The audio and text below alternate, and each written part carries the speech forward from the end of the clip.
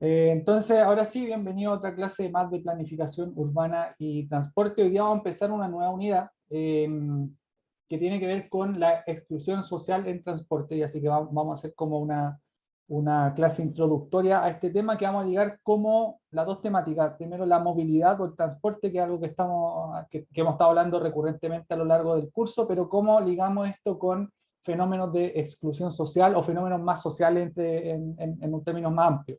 Tuvimos una primera unidad de introducción a la planificación urbana, donde hablamos como de variados temas. La segunda parte tenía que ver como con infraestructura, netamente, cómo la infraestructura gatillaba ciertos cambios a nivel urbano. Y en esta unidad vamos a ver como los efectos más sociales que tiene la movilidad y el transporte en particular sobre las dinámicas sociales. Así que vamos a estar hablando bastante de cómo ligar esos dos términos. Voy a partir diciendo que hay dos preguntas clave. Primero, la pregunta que gatilla como toda esta unidad es si realmente existe una relación entre la movilidad y la pobreza. A lo mejor no existe ninguna, estamos como hablando de más. Obviamente la pregunta está bastante galleteada y preparada porque sí hay una relación, y es lo que vamos a ver como a lo largo de esta unidad, y particularmente vamos a ver cuáles son estas relaciones. Una cosa es decir que hay una relación, pero vamos a ir desentrañando un poco más ese tema y vamos a ver cuáles son estas relaciones entre la movilidad y la pobreza. Y lo que vamos a ver es que la relación está generalmente dada por dos elementos sustanciales. Primero, por el acceso al empleo. Lo que hoy día permite que la economía se mueva, pero también lo que hoy día permite que el desarrollo de las familias o núcleos familiares, independiente del tipo de familia que tengan, o también desde el individuo, si lo estamos viendo desde una óptica mucho más individual, pero también a nivel más social, si estamos viendo el colectivo, es definitivamente el acceso al empleo. Si es que la persona o una familia, un núcleo familiar no tiene acceso al empleo, definitivamente hoy día no hay posibilidad alguna de desarrollo. Obviamente hay algunos episodios o algunas fases temporales donde uno podría no tener empleo y el Estado podría asegurar cierto nivel de subsistencia básica, que es un poco lo que se trató de hacer con el IFE en pandemia, que tenía como ese objetivo de que las personas tuvieran una cierta subsistencia, dado que no podían salir a trabajar por las cuarentenas. Pero eso no puede, o en teoría, los recursos son limitados de parte del Estado, y eso son soluciones transitorias, no son soluciones permanentes. Por lo tanto, para tener un desarrollo individual y colectivo necesitamos que las personas tengan acceso al empleo de tal manera de que tengan un cierto nivel de subsistencia, niveles de ingresos que les permitan vivir adecuadamente. Por otro lado, no solamente acceso al empleo, porque una cosa es recibir un cierto salario, pero este salario debería cubrir, en caso de que sea pagado, o en el mejor de los casos, y en algunos países sí ocurre, que los servicios básicos sean gratuitos. Tenemos que proveer cierto acceso a estos servicios básicos. ¿Cuáles son? Generalmente educación y salud, y últimamente se ha agregado como pensiones. Esos son como los tres servicios básicos que una persona necesitaría. ¿Por qué pensiones? Porque llega un momento de la vida donde ya una persona no le podemos exigir, nuevamente como desde el punto de vista de la sociedad, que continúe trabajando porque ya pasó como su edad de laboral, entre comillas, y por lo tanto tiene un derecho ahí a descansar durante su jubilación, pero eso no puede ser a costa de volver o de introducirse en un círculo de pobreza, sino que eso también tiene que asegurarse con un cierto nivel de ingreso que le permita continuar con, quizás no con el mismo nivel de vida como en la fase activa, en la fase laboral, pero sí que le permita subsistir y tener un buen vivir durante esa época. Por eso se ha agregado últimamente el tema de pensiones como un derecho, un servicio básico más, a pesar de que está menos desarrollado que la salud y educación, que están mucho más adelantados, conocemos más y sabemos cuáles son las experiencias alrededor del mundo. Por lo tanto, estas dos cosas que están relacionadas entre sí tienen que ver con la movilidad, porque sabemos que la relación también es un círculo vicioso. Si tenemos pobreza, tenemos baja accesibilidad al transporte, usualmente no solamente como de tipo espacial. Cuando hablamos de accesibilidad siempre lo tendemos a asociar como aspectos físicos, así como qué tanto me demoro yo de mi casa al paradero, o si hay barreras que no puedo pasar o saltar, sino que también podemos hablar de accesibilidad financiera. ¿Qué pasa si una persona es tan pobre que no tiene para pagar, por ejemplo, acceso al transporte público? Eso ya también conforma parte de la accesibilidad, y por lo tanto eso también genera pobreza, porque Si alguien es pobre y no tiene para pagar el transporte público, entonces no puede utilizar el transporte público, por ejemplo, para buscar trabajo. Y por lo tanto, este círculo se incrementa si es que la baja accesibilidad al transporte todavía subsiste. Y usualmente aún, cuando, o sea, si es que uno no es pobre todavía, llega como ahí un límite donde podemos considerar que la persona está dentro de la clase media vulnerable, entre comillas, como se le llama ahora.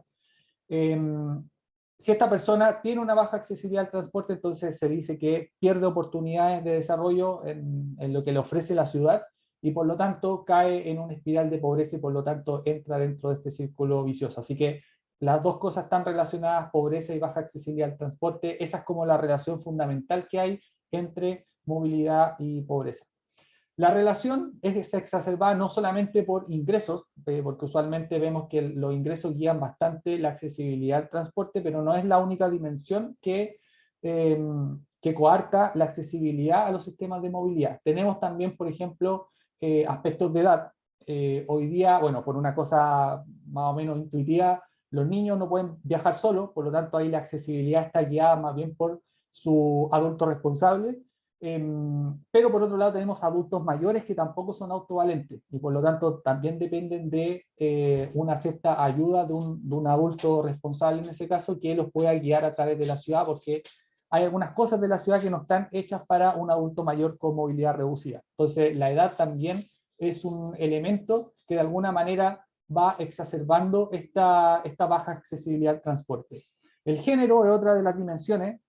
Bueno, ahí no quiero como caer en una suerte de mansplaining, ¿cierto?, con las mujeres, pero ustedes, al menos las participantes que están acá en esta clase, Isidora y Valentina, lo deben saber mucho mejor.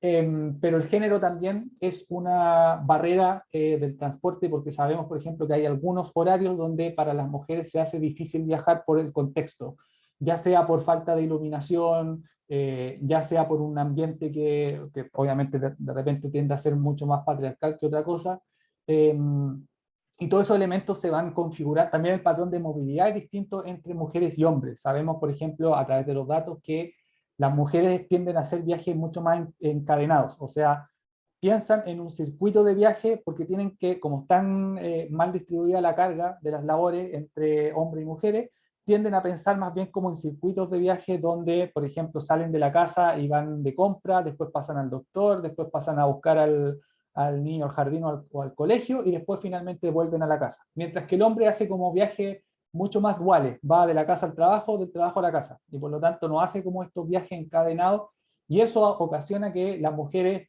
primero gasten más en transporte, porque como hacen viaje encadenado tienen que ir supliendo estos costos de cada tramo de viaje. Gastan más tiempo también de viaje, porque no hacen como estos típicos viajes de casa, trabajo, trabajo, casa, sino que también cada tramo considera un cierto nivel de tiempos de viaje.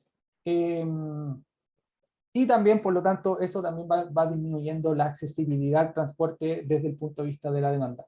La etnia, que es cada vez más un tema en Chile, ¿cierto? Sobre todo por el tema de los migrantes.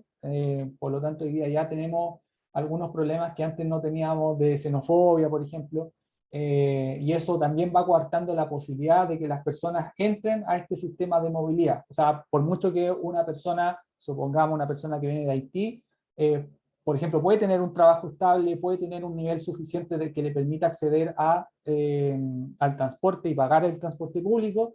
Lo que ocurre dentro del transporte público, donde hay ciertos niveles de xenofobia y por lo tanto puede hacer sentir mal a esta persona, también constituye una barrera, en ese caso, dentro de la movilidad.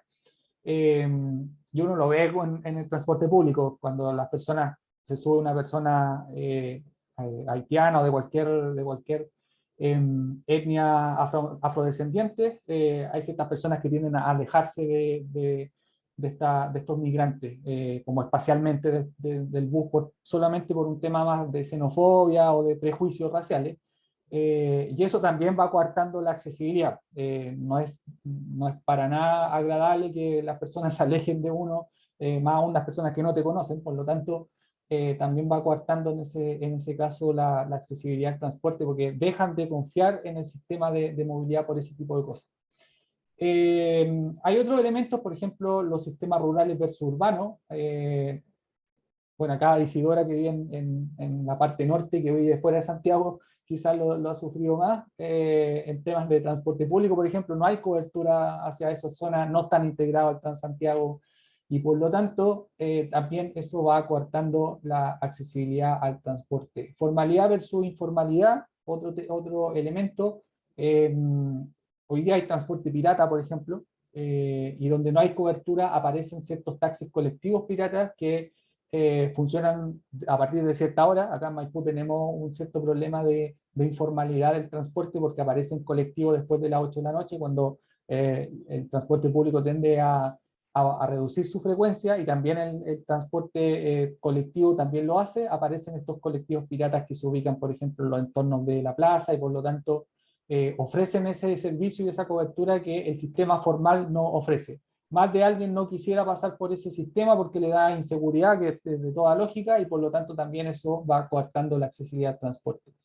Y periferia versus centralidad, que tiene mucho que ver con los sistemas rurales urbanos. Incluso si estamos dentro del sistema urbano, en el caso del Gran Santiago, las comunas periféricas como Maipú, San Bernardo, Puente Alto, también tienen algunos problemas de cobertura o de frecuencia, y por lo tanto eso exacerba la accesibilidad al transporte, y por lo tanto eso también va contribuyendo a caer dentro de la espiral de pobreza.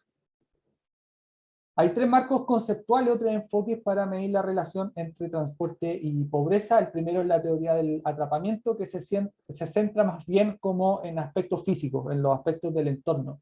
Y tiene que ver, por ejemplo, con la localización de los empleos por un lado. O sea, si tomamos una ciudad, uno puede ver los niveles de actividad, los usos de suelo, y dónde están las áreas residenciales, dónde están los puestos de trabajo, y muchas veces hay ciertas barreras físicas para poder ir de la casa al trabajo, ya sea barreras geográficas, por ejemplo, si hay un cerro o hay un curso de agua, que son como las más frecuentes.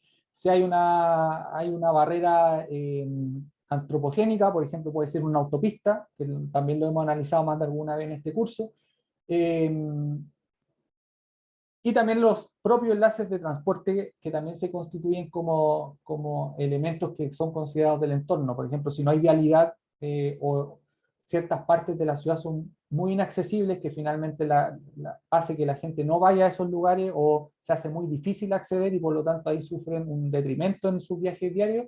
También ocurre ese tipo de cosas. Se me viene a la mente, por ejemplo, ciudad empresarial, que cuando uno está dentro de la ciudad empresarial, la verdad es que funciona todo relativamente bien. Hay varias cosas, hay oficinas, hay comercio, eh, hay varias cosas dentro de la ciudad empresarial que, si uno está ahí, puede perfectamente moverse y satisfacer ciertas necesidades durante la jornada laboral. Pero eso ya es muy distinto cuando uno tiene que acceder a la ciudad empresarial o salir de la ciudad empresarial. Eso se hace difícil porque hay solamente una vía de acceso y egreso, que es la avenida al Salto, y por lo tanto esa localización en particular no tiene una buena accesibilidad, y por lo tanto eso también podríamos enfocarlo como desde la teoría del atrapamiento, como esos lugares un poco más inaccesibles también van coartando la accesibilidad al transporte. Está centrado en las causas de la inaccesibilidad del transporte, que tienen que ver con mucho más, más bien con elementos físicos, y propone soluciones orientadas a la oferta. Entonces, de nuevo, el ejemplo de la ciudad empresarial: supongamos que alguien viera que efectivamente hay un tema de inaccesibilidad a esta zona, entonces uno podría pensar en un proyecto de teleférico que conecte la estación Tobalaba con Ciudad Empresarial a través del Cerro San Cristóbal. Esa es como una solución que ofrece la teoría del atrapamiento, donde dice que aquí falta enlaces de transporte, no vamos a cambiarle el lugar, la ciudad empresarial sigue estando ahí, pero vamos a cambiar la accesibilidad al transporte, y por lo tanto ahí creamos ciertos enlaces de transporte nuevos o mejoramos lo existente. Y por lo tanto las soluciones van más orientadas a la oferta. Hay otra teoría, que es la de la exclusión social, que está centrada más bien en los procesos que impiden la participación de las personas en la vida económica, política y social debido a la movilidad insuficiente. Así que la teoría de la exclusión social mira este problema desde el punto de vista de los usuarios, que ocasiona que los usuarios no tengan accesibilidad al sistema de transporte. Y ahí obviamente no estamos hablando como de aspectos físicos, aunque no quiere decir que no los tenga, pero sí incluimos otro tipo de elementos, por ejemplo, el tema financiero. Una persona puede no tener plata para pagar la micro, eso se puede ver bajo la teoría de la exclusión social. Si una persona no tiene, por ejemplo, una mamá soltera, no tiene con quién dejar los hijos, eso también se puede analizar a través de la teoría de la exclusión social, que son estos determinantes que van definiendo cómo finalmente si alguien se puede mover o no se puede mover. Por lo tanto, eso se puede ver bajo esta teoría. Y la tercera tiene que ver con la teoría de la justicia social, que toma bastante elementos de la exclusión social, pero incorpora la noción de desigualdad y efectos distributivos. O sea, no solamente se enfoca como en las causas del individuo, sino que también ve esto en un contexto de sociedad, de cómo los individuos tienen diferencias con respecto a ciertos grupos de la población, y cómo hacemos que los diferentes grupos de la población tengan las mismas oportunidades y las mismas equidades en estos determinantes que habíamos nombrado antes, porque una cosa es la exclusión social que analiza esto desde el punto de vista del individuo, pero la teoría de la justicia social se preocupa más bien de cómo el colectivo tiene las mismas oportunidades y cómo se distribuyen esas oportunidades para que todos tengamos el mismo nivel y equiparemos la cancha. Entonces ve el mismo problema, también desde el punto de vista social, pero no desde el punto de vista del individuo, sino que desde el punto de vista del colectivo. Y eso lo hace como mucho, lo hace más completo. Por otro lado, una de las contras de esta teoría es que tiende a agregar los grupos de la población, y cuando agregamos sabemos que se pierden algunas cosas, algunos elementos que desde el punto de vista del individuo resaltan muy fácilmente. Cuando analizamos los colectivos se pierde un nivel como de detalle o de definición que es bastante obvio, porque siempre cuando tendemos a agrupar ciertas cosas uno pierde un nivel de detalle, que sería imposible como incluir todas las cosas cuando estamos analizando grandes grupos de personas. Por lo tanto, propone soluciones relacionadas con los objetivos y prioridades de las políticas de transporte, cómo afectan las políticas de transporte a la sociedad. En cambio, la teoría de la exclusión social se preocupa mucho más bien del individuo, y las políticas van dirigidas a individuos específicos que tienen problemas específicos, mientras que la teoría de la justicia social ve las políticas de transporte desde un punto de vista mucho más agregado. Vamos a hablar de la teoría de la exclusión social en este caso, no porque sea la mejor ni la peor.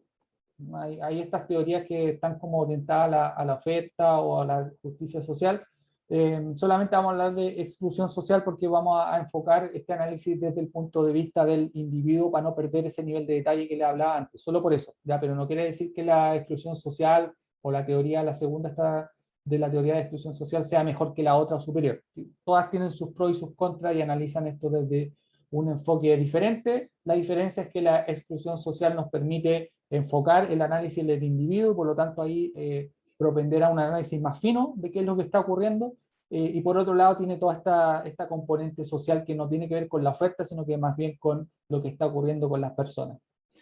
¿Qué es lo que nos dice esta teoría? Primero definamos lo que es exclusión social, este término que muchas veces es manoseado y lo usamos bastante, pero no lo definimos tan bien, o todos entendemos cosas distintas por lo que es exclusión social, y vale la pena definirlo. Una definición es la falta o negación de recursos, derechos, bienes y servicios, y la capacidad de participar en las relaciones y actividades normales disponibles para la mayoría de las personas en una sociedad, ya sea en el ámbito económico, social, cultural o político. Entonces, estamos hablando de cosas, de bienes materiales, porque pueden ser recursos, pero también de bienes intangibles, como pueden ser derechos y servicios, pero también la incapacidad de participar en las relaciones y actividades normales. O sea, no solamente estamos hablando como de falta de recursos en forma individual, sino como este individuo a lo mejor tiene ciertas incapacidades que no le permiten participar en las relaciones sociales, ¿ya? Entonces tiene como una doble componente la exclusión social. Primero, qué es lo que tenemos o qué es lo que nos falta, y segundo, cómo a pesar de eso quizás uno puede tener ciertos elementos, pero también tenemos una incapacidad de participar en relaciones porque, por diferentes motivos, ¿ya? Ahí pueden ocurrir varias cosas. Afecta tanto la calidad de vida de las personas como la equidad y la cohesión de la sociedad en su conjunto. Entonces, cuando tenemos exclusión social, no solamente afecta al individuo que la sufre, sino que esto se transforma en un problema de la sociedad, porque quedan ciertos grupos marginados de la sociedad, y cuando tenemos estos grupos marginalizados, la sociedad pierde cohesión, y eso es nefasto para para una sociedad, ¿ya? Y lo vemos en el caso de Chile. Yo creo que parte del estallido se puede explicar desde este punto de vista, donde tenemos ciertos grupos marginalizados de la población y por lo tanto no se sienten parte de esta sociedad, no se sienten parte o no se sienten retribuidos por esta sociedad, a pesar de que muchos le ponen harto esfuerzo y harto pino, pero no tienen una retribución justa, o ellos sienten que no tienen una retribución justa, y por lo tanto se empieza a incubar este malestar, se empieza a incubar esta rabia que explota en el 18 de octubre del 2019. Así que yo creo que parte como del estallido, parte de este malestar, se puede explicar a través de estos grupos marginalizados de la sociedad que no les permite como participar en las relaciones y actividades normales. Por lo tanto, la exclusión social no solamente es nefasta para los que lo sufren, sino que también es un problema que atañe a la sociedad y deberíamos hacernos cargo de eso, porque si tenemos problemas excluidos de la sociedad, la mayoría del tiempo ese problema tiende a invisibilizarse, pero sabemos que en algún momento esto explota. Y acá en Chile explotó, lo sabemos, explotó hace 2 años y están ocurriendo hartas cosas a partir de ese hito en particular. Estamos discutiendo una nueva constitución, hemos tenido episodios de violencia, el escenario político está sumamente revuelto y también hay mucha incertidumbre asociada con eso, por lo tanto, hoy día estamos como un poco pagando las consecuencias de esta exclusión social que hasta el 18 de octubre estaba bastante invisibilizada, sabíamos que existía, pero no hablamos mucho de eso, y mientras la gran mayoría de las personas estaba bien, habían ciertos grupos de la población que se nos quedaron atrás, y eso al final termina por explotar de alguna manera. Pueden haber barreras que dificultan que las personas participen plenamente en la sociedad. Estas barreras pueden ser la falta de empleo, de vivienda adecuada, de educación, de atención médica y también de transporte. Fíjense que acá estamos igualando el transporte a otros derechos más básicos de los que se habla continuamente, como el empleo, vivienda, educación, salud. Fíjense que el transporte hoy día ya se está poniendo como a ese nivel. O sea, el transporte o la movilidad, como se estamos hablando desde un punto de vista más general, debería estar dentro del catálogo de derechos. Eso es parte también de la Convención Constitucional, donde hay una comisión específica que va a analizar los derechos sociales. Quizás uno de los derechos sea este concepto del derecho a la ciudad, que engloba varias cosas. Dentro de eso está como el derecho a la vivienda, pero también el derecho a la movilidad. O sea, que uno tiene un cierto, solamente por existir y ser persona, deberíamos tener derecho a un sistema que nos provea movilidad y nos permita movernos a través de la ciudad y no que nos excluya en nuestras casas porque no podemos movernos o no tenemos la capacidad de movernos por distintas razones. Eso en otros países existe, no estamos inventando algo nuevo, en otras constituciones está en las constituciones está el derecho a la movilidad, a partir de eso se crean leyes de movilidad también. El caso de México ahí es como el gran referente que nosotros tenemos, donde se creó una ley en la Ciudad de México, una ley de movilidad, que exige que todo el aparataje público haga desarrolle ciertos programas, y no solamente programas sociales, sino que también infraestructura, con ciertos lineamientos básicos para que las personas puedan acceder a estos sistemas de movilidad y que no dejen de viajar por no tener las condiciones necesarias para poder hacerlo, ¿ya? Entonces, eso, que de alguna manera es bastante conceptual, es una abstracción, hoy día ya se baja a nivel de una ley y por lo tanto eso obliga al aparataje público a generar esas condiciones con bajo distintos modos. Se puede hacer bajo desarrollo de sistemas de transporte público, de sistemas de caminata, de sistemas de bicicleta, sistemas de subsidio. Vamos a nombrar algunos de esas formas más hacia el final de la clase, pero hay distintos mecanismos de cómo poder asegurar esa movilidad de tal manera de no dejar a nadie atrás. Entonces la exclusión social puede definirse como la falta de capacidad u oportunidades para participar en la sociedad. Si uno quisiera como una definición más corta, es básicamente esto que acabamos de mencionar. ¿Cómo se traduce esto en el transporte? Cuando los viajes no pueden realizarse por dificultades económicas, las personas sufren de exclusión social. No solamente estamos hablando de la exclusión social desde un punto de vista de falta de bienes, sino como la falta de accesibilidad o de capacidad para acceder a los sistemas de transporte también es una forma de exclusión social. Yo creo que eso es como el concepto central. que es la incapacidad de acceder a servicios y actividades clave que son esenciales para una buena actividad, o sea, una buena calidad de vida.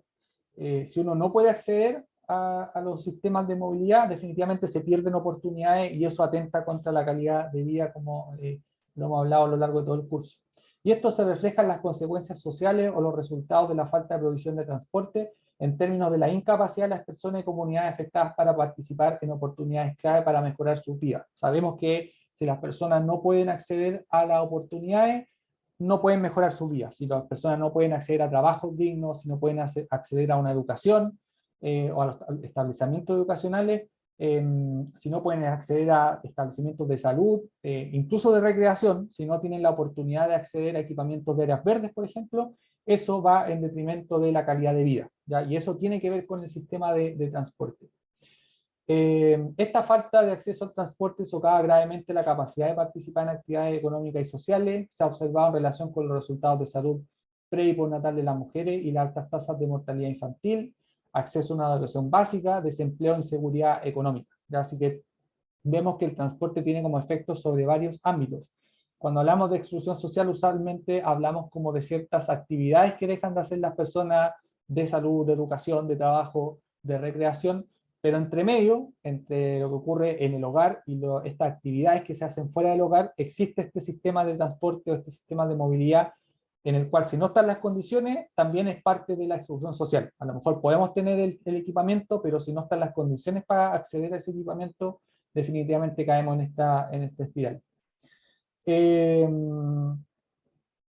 Por lo tanto, la exclusión social en transporte, si quisiéramos decir como una definición bien precisa, es la imposibilidad de acceder a servicios y actividades clave debido a la falta de servicios de transporte asequibles y o disponibles, ¿ya? Que es como este eslabón intermedio entre el hogar y estos puntos de actividades. Por lo tanto, acá se mezclan dos cosas. Primero, pobreza, que obviamente para que un grupo que esté como dentro o sea catalogado como excluido socialmente, tiene que tener una cierta característica de pobreza. Acá no nos vamos a engañar que los ingresos de la familia o de las personas sí son sumamente importantes y si alguien no logra ese ingreso básico para subsistir, podemos hablar de que está dentro de la exclusión social, pero desde el punto de vista de transporte no solamente es un aspecto monetario, no solamente es pobreza, sino que también es una accesibilidad deficiente al transporte. Y por lo tanto ahí tenemos exclusión social como la intersección entre pobreza y accesibilidad. ¿Ya? Eso lo podemos definir como exclusión social en el caso específico de transporte. ¿Ya? Así que acá estamos como definiendo el término, estos dos términos clave que hemos estado analizando en este curso.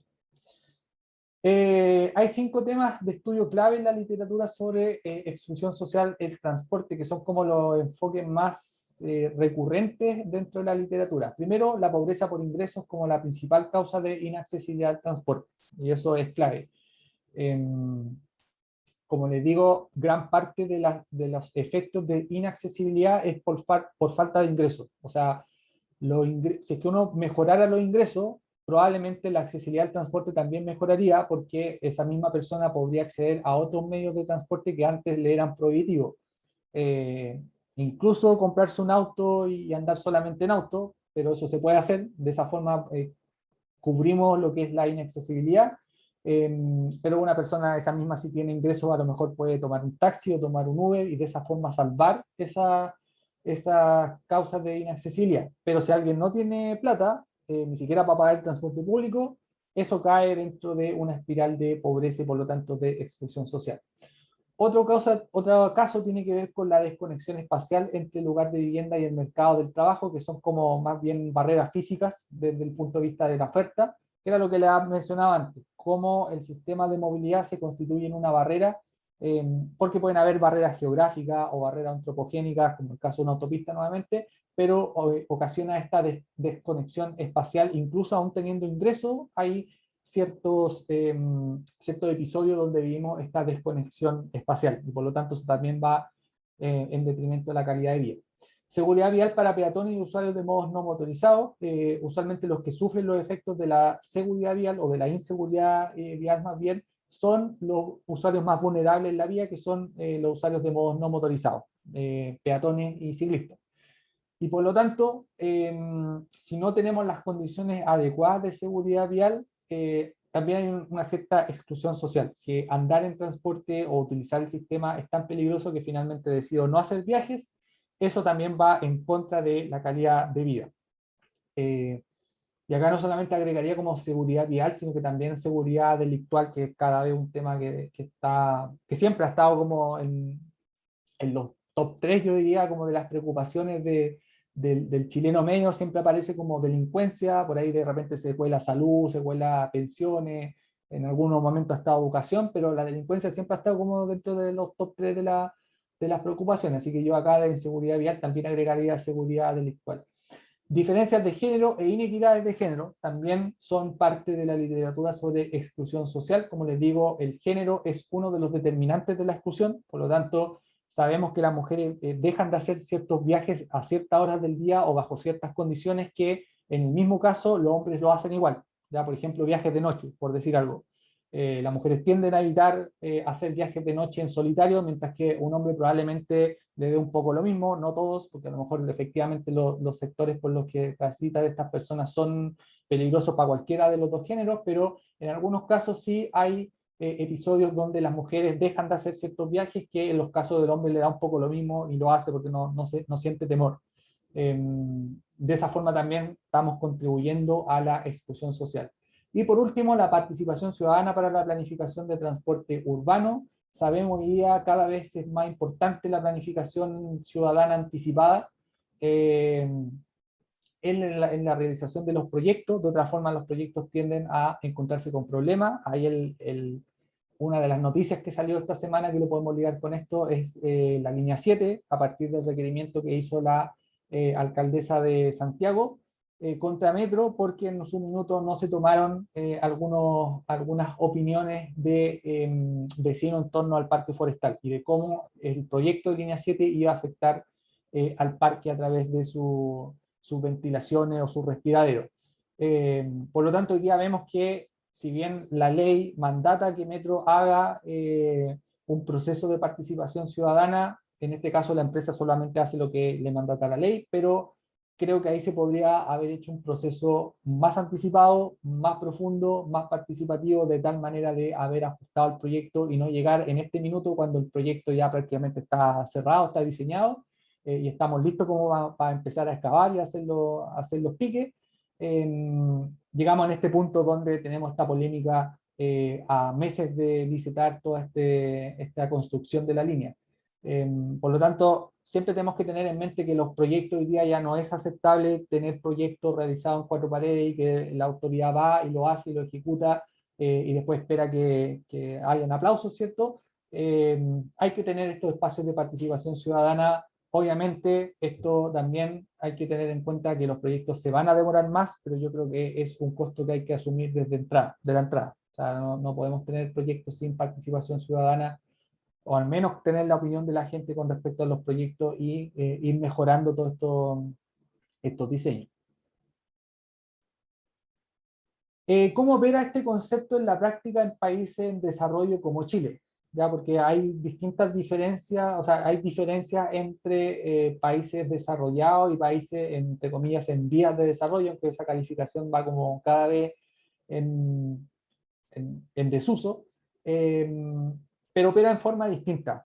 Dado que los contextos son distintos y los problemas son distintos, el concepto de exclusión social también opera en forma distinta entre los distintos países. En el caso de Chile, que no somos para nada un país rico, pero tampoco somos un país pobre, podemos decir que somos un país de clase media, no somos ni los mejores ni los peores, es como en todo orden de cosas, ha tendido hacia el desarrollo de nuevos proyectos de infraestructura y los principales programas de construcción de carreteras en las zonas rurales.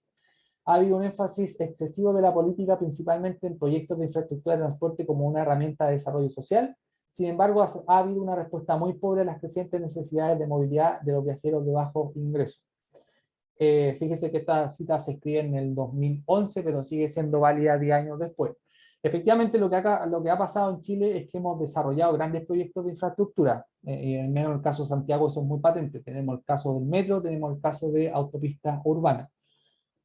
¿Por qué se han desarrollado estos proyectos?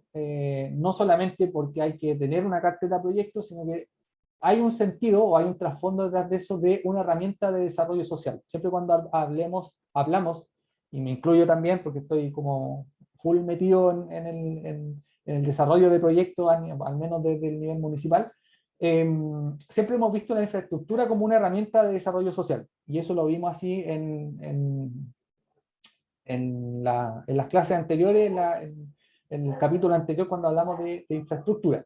Sin embargo, esto tapa un poco otro tipo de problemas o otro tipo de respuestas para otras necesidades de movilidad de personas que están excluidas socialmente. Podemos tener la mejor infraestructura del mundo, podemos tener el mejor metro del mundo, pero si este metro es caro, es prohibitivo para ciertas personas, definitivamente no estamos apuntando o no estamos dando respuesta a ciertos grupos de la población que siguen estando marginados a pesar de tener infraestructura prácticamente como en la puerta de su casa, ¿ya?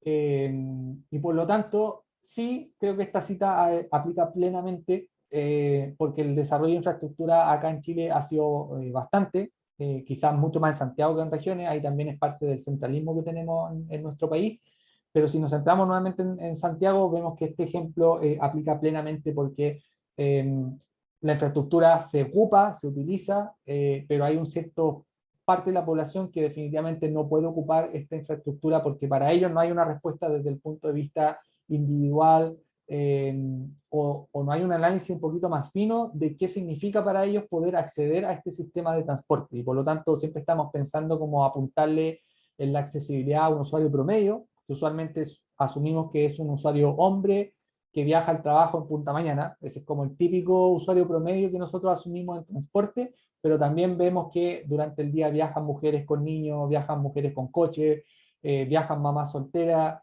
viaja gente que no tiene plata y por lo tanto tiene que evadir, viaja gente que no va al trabajo, sino que va, por ejemplo, de viajes de recreación o va a buscar trabajo también, eso ocurre bastante. Para ello, no tenemos respuestas individuales porque estamos asumiendo un usuario promedio, que nuevamente digo, es una caricatura, pero es así, es un hombre que viaja al trabajo en punta mañana. Ese para nosotros, ese es como el referente que nosotros tenemos eh, para, para planificar nuestros sistemas de transporte. ¿Qué hemos hecho en Chile aparte de tener infraestructura? Porque eso obviamente está súper bien, hay que tener infraestructura, pero no nos podemos quedar en eso. También hay que apuntarle a otro tipo de medidas que vayan supliendo estas necesidades, estas distintas necesidades que tenemos y que son bastante variadas a nivel nacional. No nos quedemos como solo en Santiago, donde tenemos una ciudad de 6,5 millones de habitantes, pero nos quedan como otros 12 millones de personas a lo largo de todo Chile que también tienen sus necesidades y que son distintas a lo que ocurre en Santiago. Lo que hemos hecho, al menos en el caso de Chile, es un enfoque concentrado en la aplicación de subsidios. O sea, hemos visto por un lado provisión de infraestructura, pero también aplicación de subsidios para ciertas personas que tienen problemas de accesibilidad desde el punto de vista financiero. Tenemos, por ejemplo, subsidios para el acceso a empleo. Bueno, esta lista es bien genérica, no quiere decir que tengamos como todos estos subsidios en el caso específico de Chile, pero sí la literatura recoge estos ejemplos en una serie de países parecidos a Chile. Se aplican subsidios para el acceso a empleo, subsidios para el acceso a educación. Por ejemplo, ahí en Chile tenemos el ejemplo claro del pase escolar. Que ustedes prontamente sabrán lo que es pagar adulto en el Transantiago, pero por ahora disfruten su... No, bueno, ¿cuánto está la escolar? Puede ser 2.30, quizás me equivoque, ¿eh? Ahí si me confirman, sí, 2.30 dice Isidora, así que muchas gracias. Eh, pero ya van a saber prontamente lo que es pagar 800 pesos, o 730, 740 en la micro. La verdad es que la carga de la VIP se va súper rápido, así que aprovechen de viajar harto en el transporte público a ese precio. Subsidios para el acceso a adultos mayores y personas con movilidad reducida. En el caso de Chile, mucho más lo primero, tan así que hace poco se publicó, hace como 2 años atrás, un año atrás más o menos, eh, se publicó la ley donde se rebaja toda la tarifa a los adultos mayores a 1/3 de la tarifa adulto a nivel nacional. O sea, es tratar de igualar el precio del viaje escolar a el viaje adulto mayor, que es una ley que ha tenido muchos beneficios para el adulto mayor, sobre todo los que están pensionados, y por lo tanto sabemos que las pensiones son bajas, pero eso hay que suplirlo de alguna forma, y en este caso se suple a través del Estado. Balance del sector privado, incluso transporte informal, con provisión de transporte público planificado, por ejemplo, subsidios de transporte rural en el caso de Chile. Hay varios sistemas de transporte público de muy baja frecuencia o de condiciones especiales, por ejemplo, barcazas, transbordadores, que también son formas de transporte público, y en ese caso se subsidia la operación porque de otra forma no serían rentables privadamente. Ya que hablamos como de evaluación de proyectos en las clases anteriores, si es que uno hiciera la evaluación de cuánto debería costar un pasaje, por ejemplo, de un transbordador o de una barcaza, probablemente sería un precio muy prohibitivo que muy pocas personas estarían dispuestas a pagar, pero el Estado se ha autopropuesto una meta de tener a ciertas localidades conectadas con otros grandes centros otras grandes ciudades o conurbaciones, y por lo tanto se subsidian estos sistemas bajo ese prisma. Pero de nuevo, no es una política consistente en el tiempo, sino que son más bien políticas que adoptan ciertos gobiernos que tienen ciertas sintonías con ese tipo de políticas, pero nada impide que después llegue un gobierno de color distinto y borre todas estas políticas y las deshaga, ¿ya? Hoy día no tenemos esa vinculación, por ejemplo, a nivel legal, que obligue a cualquier gobierno entrante a mantener este tipo de políticas públicas, ¿ya? Y eso puede ser bastante peligroso porque de alguna manera cuando uno da estos subsidios, hay sabemos que hay ciertos subsidios que son caros y que son difíciles de sacar y que cumplen un rol social, pero muchas veces cuando los gobiernos se ven en ciertos aprietos de tipo presupuestario, empiezan a echar mano a la eliminación de este tipo de programas, o porque lo ocupa muy poca gente, o son muy caros y no son efectivos, siendo que debería ser más bien como una obligación a nivel de política pública. Y también tenemos iniciativas en áreas con baja densidad. Ahí los taxis colectivos cumplen esta función clave, al menos en áreas periféricas donde no hay cobertura de transporte público mayor, o en ciudades intermedias o pequeñas donde tampoco hay transporte público mayor, no hay buses. Por lo tanto, suplen esa cobertura de transporte a través de taxis colectivos. De alguna manera igual se les subsidia parte de la operación, o hay programas de recambio de vehículos para que los vehículos tengan un mejor estándar, o tengan niveles de servicios mayores de los que hoy día se prestan. Eso hoy día existe desde el Ministerio de Transporte y Telecomunicaciones. ¿Hacia dónde apuntar? Porque varias de estas cosas ya las tenemos en Chile, pero hay cosas que no tenemos y que a lo mejor sería bueno recogerlas de alguna manera e integrarlas a nivel de política pública, porque sabemos que hay algunos elementos a los cuales no le estamos apuntando muy bien y se nos quedan personas fuera y que no pueden acceder al sistema de movilidad. Primero, una fijación de estándares mínimos de accesibilidad, por ejemplo, en términos de distancia, frecuencia y de tarifa. Podemos tener estándares de distancia, por ejemplo, que ninguna persona esté a más de 300 metros de una parada de transporte público. Ese es como un indicador que es usualmente, que es frecuentemente utilizado en la literatura. En Chile solamente se mide a nivel de indicador, pero hoy día no es un estándar. Si uno quisiera, por ejemplo, tener un paradero a 300 metros de cualquier hogar, en el caso de Santiago, hoy día ese indicador, creo que la última vez que lo vi andaba como en el 80%, así que inmediatamente hay un 20% de la población que está a más de 300 metros de un paradero, y por lo tanto desde el punto de vista físico hay un 20% de la población que no tiene una buena accesibilidad al transporte público, ¿ya?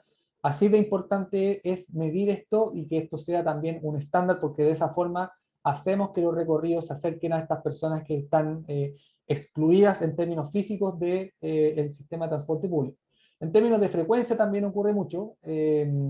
Hay zonas que tienen, a pesar de tener cobertura, a pesar de tener paraderos, por ejemplo, tienen una frecuencia sumamente baja. Supongamos un bus por hora o dos buses por hora, que a lo mejor no funciona tan bien para el caso de un buen servicio de transporte público confiable. Y tenemos elementos también de tarifa. Bueno, sabemos que el 18 de octubre pasa por el aumento del 30 pesos en el metro. Hoy día sabemos, por ejemplo, a través de diversos estudios, que hay un 20% o sea, hay cierto grupo de la población que gasta casi el 20% de sus ingresos solamente en tarifas, en moverse dentro del transporte público, lo que es harta plata. O sea, no podemos tener familias que gastan un quinto de su presupuesto solamente en moverse. Usualmente el umbral adecuado a nivel internacional está fijado en 10%. Deberíamos apuntar a que ninguna persona, o ninguna familia más bien, porque si hablamos de personas, hay personas que no tienen ingresos, pero más bien hablemos como de hogar, a nivel de hogar, ningún hogar debería superar el gasto en transporte en no más del 10%. O sea, deberíamos destinar a lo más un 10% en movernos de alguna forma, ya sea en transporte público o en transporte privado, pero nadie debería pagar o tener que gastar más de un 10% en eso, de tal manera de liberar recursos para otro tipo de cosas en el presupuesto familiar. Introducción de criterios de equidad en la planificación de infraestructura y servicios, evitando la marginalización de los más pobres, sobre todo si hablamos de infraestructura. Sabemos hoy día que los proyectos tienen distintos estándares. No es lo mismo hacer un proyecto en Las Condes, Vitacura, Lo Barnechea, Providencia, que hacer un proyecto en La Pintana, El Bosque, San Bernardo. Son estándares distintos. Prueba de eso es Américo Vespucio, ¿cierto? Que en un lugar se está haciendo tuneleado, de tal forma de liberar parte de la faja de superficie, mientras que en otras comunas la autopista se hizo solamente, cortamos circuitos peatonales, vimos lo que pasaba, por ejemplo, con los paneles de ruido, todo este confinamiento que se nota como en el espacio público, así que sabemos que los estándares de infraestructura son sumamente distintos. Asistencia para la movilidad urbana de estudiantes y desempleados. En el caso de Chile, los estudiantes están subsidiados, al menos en el transporte público, ¿ya? Y por eso ustedes pagan 230 pesos, pero en otros países, por ejemplo, hay subsidios para personas desempleadas, y mientras uno, por ejemplo, está cobrando el seguro de cesantía, también se le rebaja el pasaje en el transporte público. Esos esquemas existen, particularmente Francia tiene como un esquema bien robusto en ese sentido, está ligado al seguro de cesantía, por lo tanto ahí es más o menos automático, hay un registro. Si uno prueba que está desempleado y cobra el seguro, también se asume que debería tener una rebaja en el pasaje en forma transitoria. Todo esto es temporal. Si después encuentra trabajo, vuelve a pagar pasaje completo, y obviamente hay incentivos para buscar trabajo, porque tampoco la idea es que las personas estén cobrando el seguro de cesantía en forma constante. Tiene que haber un incentivo detrás a encontrar trabajo, y un trabajo formalizado también, porque pasa, hay algunas políticas que no apuntan tan bien, y los incentivos están mal puestos, y por lo tanto el incentivo ahí está más bien como a quedarse en este trasiente que nunca se termina y no formalizarse. Ya hay mecanismos para eso, se puede hacer. Consideraciones especiales para personas con restricciones horarias rígidas, por ejemplo, mamás que trabajan. Eso tiene que ver más bien como por el lado de la gestión de la demanda. Trabajos, por ejemplo, que flexibilizan los horarios de entrada de personas con hijos, también subsidian de alguna forma ciertos servicios, por lo tanto hay consideraciones especiales para cierto tipo de personas, de tal manera que cumplan con algunas obligaciones, pero también tengan flexibilidad para moverse en la ciudad. Debates que aún están abiertos a la discusión, que son bastante interesantes y para los cuales no hay una respuesta, y de esto hemos conversado bastante dentro del mundo transportista urbano. Y como digo, no hay una única respuesta. Hay opiniones que van a favor y en contra de esta interrogante, y por lo tanto no son debates zanjados. El primero es que en general los sistemas de transporte más confiables también son los más flexibles. Siempre tendemos a pensar que los sistemas formalizados son los mejores porque dan más seguridad al usuario, pero por otro lado sabemos que ese tipo de sistemas son bastante rígidos. Y en ese caso, lo que uno debería pensar también, sin olvidar que obviamente necesitamos un transporte formalizado, sobre todo en temas de transporte público, es cómo integrar cómo hacer la integración de servicios informales o semi-informales. Hoy día los taxis colectivos caen dentro de esa categoría, porque si bien tienen una cierta regulación del Ministerio de Transporte, esta regulación es bastante pobre. O sea, los taxis colectivos de repente no se les exige rutas, o sea, pueden andar libremente por la calle, simplemente como a pedido del público que va, como de los usuarios que van dentro del taxi. No se le exige frecuencia también, se autorregulan su frecuencia, y es usual encontrar que en los periodos de más baja demanda simplemente no hay frecuencia, desaparecen las líneas de taxi. Eh, Fijan sus tarifas también, por lo tanto la regulación de los taxis colectivos, si bien hay una cierta regulación, tienden a ser más bien informales o semi-informales, y ahí la pregunta es cómo integrar estos servicios a la formalidad y cómo rescatar elementos de flexibilidad, por ejemplo, poner más autos cuando hay más demanda, sacarlos cuando hay menos, pero también bajo ciertos niveles de servicio, por ejemplo, asegurando una frecuencia mínima, ¿ya? Eso es como un desafío bien grande. Creo que en transporte público hemos avanzado, en transporte público mayor, buses, metro, trenes, hemos avanzado bastante bien, no tan rápido como hubiésemos querido, pero definitivamente en lo que es taxis colectivos hay mucho por hacer. Es un campo que nadie se ha querido meter porque el gremio de los taxistas es bien complicado. Tienen demandas también que exceden lo que es el transporte, hay muchas demandas laborales, por ejemplo, hay mucha informalidad laboral, donde los ingresos dependen de las tarifas, del tiempo recorrido que hacen. Hay competencia, por otro lado, han aparecido estas plataformas de Uber, de Didi, Bit, todas estas plataformas de servicios de transporte que hoy día están desreguladas, pero igualmente operan y han capturado parte de la demanda.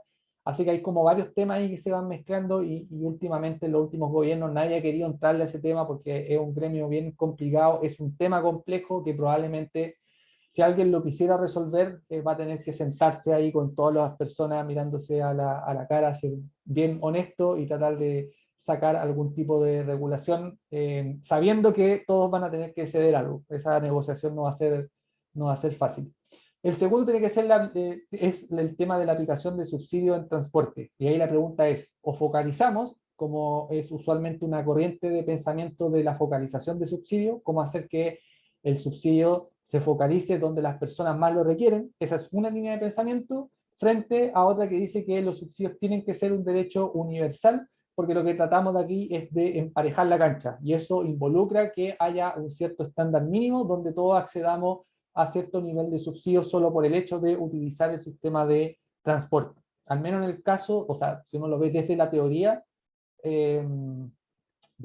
económica, en el caso del transporte se apoya mucho más en el derecho universal, donde se establece que en forma teórica hay un subsidio óptimo, frente a otra teoría que no tiene tanto sustento económico, sino que más bien ideológico, que tiene que ver con la focalización de subsidios, de poner los subsidios donde más se necesitan, en la gente más necesitada, y de esa forma hacerlo más efectivo. Esto aplica solo para el caso del transporte, si es que uno lo ve como en otro tipo de cosas, como educación, como salud, o cualquier otro derecho social, las respuestas van cambiando, porque todos los sistemas tienen componentes distintas. Así que lo que digo, esto parte del subsidio óptimo y que tenemos una teoría detrás y que los ingenieros en transporte, bueno, acá no entiendo que no hay ningún ingeniero en transporte, pero desde nuestra disciplina, lo primero que nos enseñan es que hay un subsidio óptimo que uno lo puede calcular con ciertos parámetros y hay una tarifa óptima, por lo tanto la combinación de las dos cosas lleva a una demanda óptima, que es como la demanda que debería tener el sistema de transporte bajo ciertos parámetros, ¿ya? Y ese subsidio no focaliza, no discrimina por nivel o capacidad de pago, sino que es universal para todas las personas. Eso es parte de la teoría, así que eso aplica solamente para el caso del transporte, no para otros sectores. Eso es lo que les tenía por hoy, chiquillos, chiquillas. Es un tema muy interesante. La verdad es que a mí me gusta mucho hablar de exclusión social porque son cosas que uno, perdón, se me cayó el audífono. Son cosas que uno va viendo más bien en la práctica. Desde el punto de vista del usuario, uno conoce la propia experiencia, ¿cierto? De cómo nos movemos, sabemos cuáles son nuestros problemas, conocemos nuestra ruta, sabemos dónde están los lugares complicados o qué nos complica más durante nuestros viajes, pero cuando uno está trabajando en este tipo de temas, uno va viendo otra experiencia, aprendemos yo creo que a ser como empático en ese sentido, de pensar y ponernos en los zapatos de otra persona, y vamos viendo que hay problemas que uno desde el punto de vista del usuario no los ve, sino que uno cuando está trabajando en esto recién lo podemos ver, recién somos empáticos en ese sentido y vamos descubriendo ciertos problemas que a priori uno no es capaz de ver porque no lo sufrimos como en el día a día. Y es probable que ustedes tampoco lo vean porque no trabajan en esto, sino que solamente acá les estoy dando como un repaso. Pero este tipo de cosas y de, entre comillas, enseñanzas, yo creo que también aplica a cualquier cosa que ustedes hagan como ingeniero. Sean industriales, sean civiles, sean químicos, lo que sea que vayan a hacer después en su carrera profesional. la ingeniería tiene mucho de entrega hacia ciertos tipos de usuarios, ¿ya? Entonces hay que pensar cómo esas personas van a usar lo que ustedes van a diseñar. Sea un edificio, sea un sistema, un esquema de financiamiento, lo que sea que después vayan a hacer, piensen siempre en para quién va dirigido, cómo se va a usar, y por lo tanto hagan ese diseño bajo ese punto de vista y no bajo el punto de vista de lo que uno haría, porque las experiencias personales son solo una experiencia entre varias que hay como en la vida que uno se va encontrando después dentro de la sociedad. Eso, chiquillos, chiquillas. ¿Hay dudas, preguntas, comentarios? Por mi parte no, perfecto, claro. Gracias, Isidora. Yo recordar a alguien que mencionó de que el subsidio del transporte era regresivo. Nada más que eso. ¿En el debate estamos hablando? Sí. ¿Viste el debate? Muy buen debate. Sí, muy bien debate, por cierto. Ya, sí, efectivamente lo que hizo el caballero, no sé si fue valiente o suicida, yo creo que no sé, cada uno tendrá su opinión, pero me parece que ir a hablar de subsidio regresivo a un congreso de ingeniería de transporte, como digo, o es muy valiente o es muy ingenuo y algo suicida, porque sabemos que desde la teoría, y como lo dijo muy bien la profesora Munizaga ahí, que la verdad es que yo no quise salir a rebatir los puntos, que era entrar como una cosa más técnica, pero me gustó que la profesora Munizaga le haya puesto ese acento y haya hecho esa distinción. Efectivamente el tema de los subsidios en caso del transporte tienen que ser, o sea, la teoría dice que deben ser universales y no focalizarlos. Podemos discutir cuál es el nivel de subsidio. De hecho, cuando hemos preguntado a los profesores que más discuten este tipo de cosas, cuál es el subsidio óptimo del Transantiago, en base a toda la teoría, no tienen una respuesta porque nadie lo ha calculado, es sumamente difícil calcularlo, la cantidad como de parámetros que necesitas son bastante y varios de ellos no los conocemos en el caso de Santiago.